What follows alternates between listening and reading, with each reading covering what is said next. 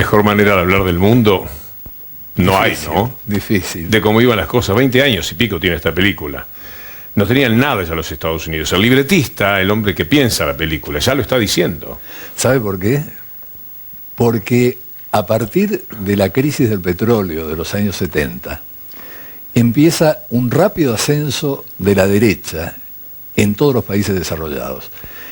Lo que no demasiada gente sabe es que cuando termina la Segunda Guerra Mundial, no había más de 12 democracias establecidas en el mundo. 12.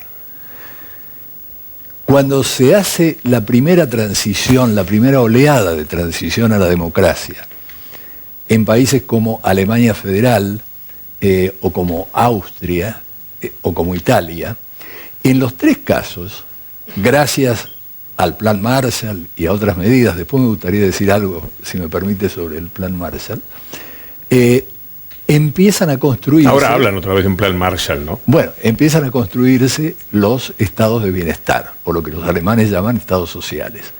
Es decir, aumenta la igualdad, y eso sirve de base al establecimiento de estos regímenes democráticos. La igualdad. Esa, hoy el New York Times, mayor igualdad. Claro, hoy el New York Times escribe una nota que nunca hubo en los Estados Unidos una desigualdad mayor entre los que todo lo tienen y los que menos tienen. Hoy. Exacto. Después viene la segunda ola de transición a la democracia, que ocurre en el 70, cuando ya se ha ingresado a la crisis. Me refiero a los casos de Grecia, de Portugal y de España. Y otra vez, la desigualdad se reduce en un 50%, porque entienden que esa es la condición de posibilidad de que exista una democracia. Ahora, las transiciones latinoamericanas de los años 80 ya se dan en condiciones muy distintas, en pleno aumento de la desigualdad. Y hay una cosa que nos enseñan en la escuela primaria mal, porque nos dicen que el acto eleccionario, las elecciones periódicas, son la mejor demostración de la igualdad política. Es mentira. El día de las elecciones no somos todos iguales, somos todos anónimos, que es otra cosa. El día de las elecciones votan en la misma mesa Víctor Hugo Morales y Juana Pérez. Y nadie le pregunta por su profesión ni por su ingreso. A eso se llama anonimidad. Es un día en que somos anónimos, pero uno sigue siendo lo que es y la otra sigue siendo lo que es. De esto reflexiona muy bien hace algunos años una joven mujer, Naomi Klein, que seguramente usted conoce, la de no logo, la doctrina del shock. Es interesante lo que dice, porque en estos días todo lo que ella hablaba sobre este capitalismo del desastre se ha hecho realidad. Y vale la pena escuchar aunque sea este minuto de ella reflexionando sobre estos temas. The exploitation of crisis and shock has very consciously been used by radical free marketeers. And, you know, I start the book quoting Milton Friedman, where something he wrote in 1982, only a crisis, real or perceived, produces real change.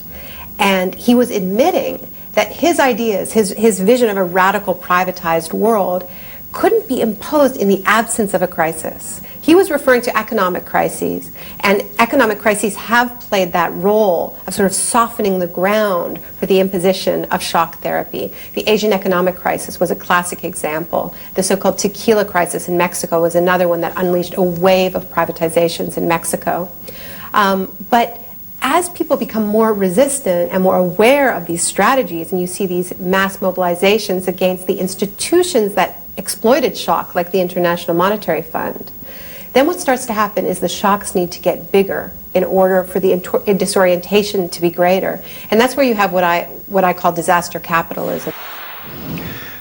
Milton Friedman, le recuerdo, nunca aceptó un cargo en el gobierno, porque sabía que si ocupaba un cargo en el gobierno iba a tener que comprometer alguno de sus principios, porque no es posible gobernar de esta manera.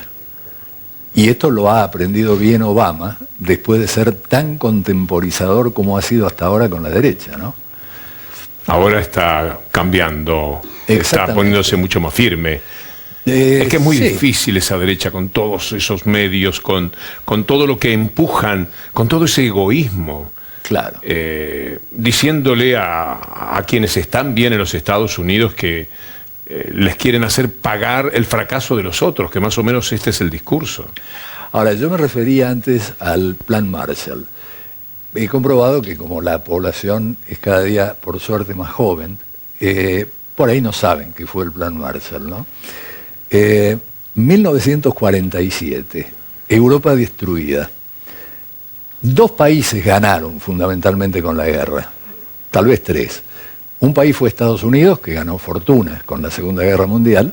Otro país fue Suiza, que se apropió además de fortunas. Y el tercer país fue Suecia. El pecado de origen de la socialdemocracia sueca es haber sido neutral durante la Segunda Guerra Mundial y haber dejado pasar a los alemanes por Suecia permanentemente.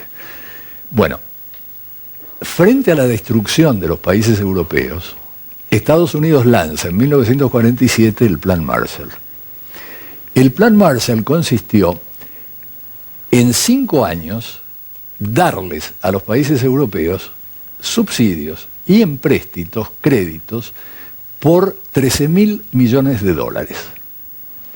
16 países europeos recibieron en conjunto 13.000 millones de dólares. Si uno actualiza los valores, esos 13.000 millones de dólares son hoy en día, digamos, 150.000 millones de dólares. Esto es lo que en cada década evaden los capitalistas argentinos y extranjeros que operan en nuestro país. Vale decir que Argentina, cada 10 años, se rifa un Plan Marshall que se fuga de nuestras costas. Esto tiene que ser corregido. Esto lo tenemos que parar. Es admirable que el gobierno haya conseguido reducir a la mitad el nivel de desigualdad que existía en 2003. Alrededor del 46% la distancia entre el 10% más rico. Pero lo que usted está diciendo, José, hay todavía un campo muy grande para eso es lo que trabajar. quiero decir. Es muy bueno que se haya logrado lo que se logró, pero no nos sentemos... Cada en 10 esto. años, la Argentina, sus ricos no pagando lo que corresponde, se rifan un Plan Marshall. Para 16 países. Voy a atender con Julieta algunos de los tweets que llegan, después vamos a hacer una pausa, pero lo invito, José, se puede quedar un poquito más, ¿verdad? Tengo algún material más que le quiero mostrar y compartir para seguir hablando de el desquicio en el que parecería se involucran las derechas hoy día. Hay muchos, Víctor Hugo, en @BDL Víctor Hugo. Vamos a comenzar con uno de Mario Cafiero. Él tuiteó: no nos olvidemos, en el 2002, en Argentina se salvó con millonarios rescates a los bancos y nunca se investigó sus estafas. Luego Hugo Yasky tuiteó: al igual que en Argentina, en los 90, el capital financiero pretende que los costos de la especulación la paguen los trabajadores.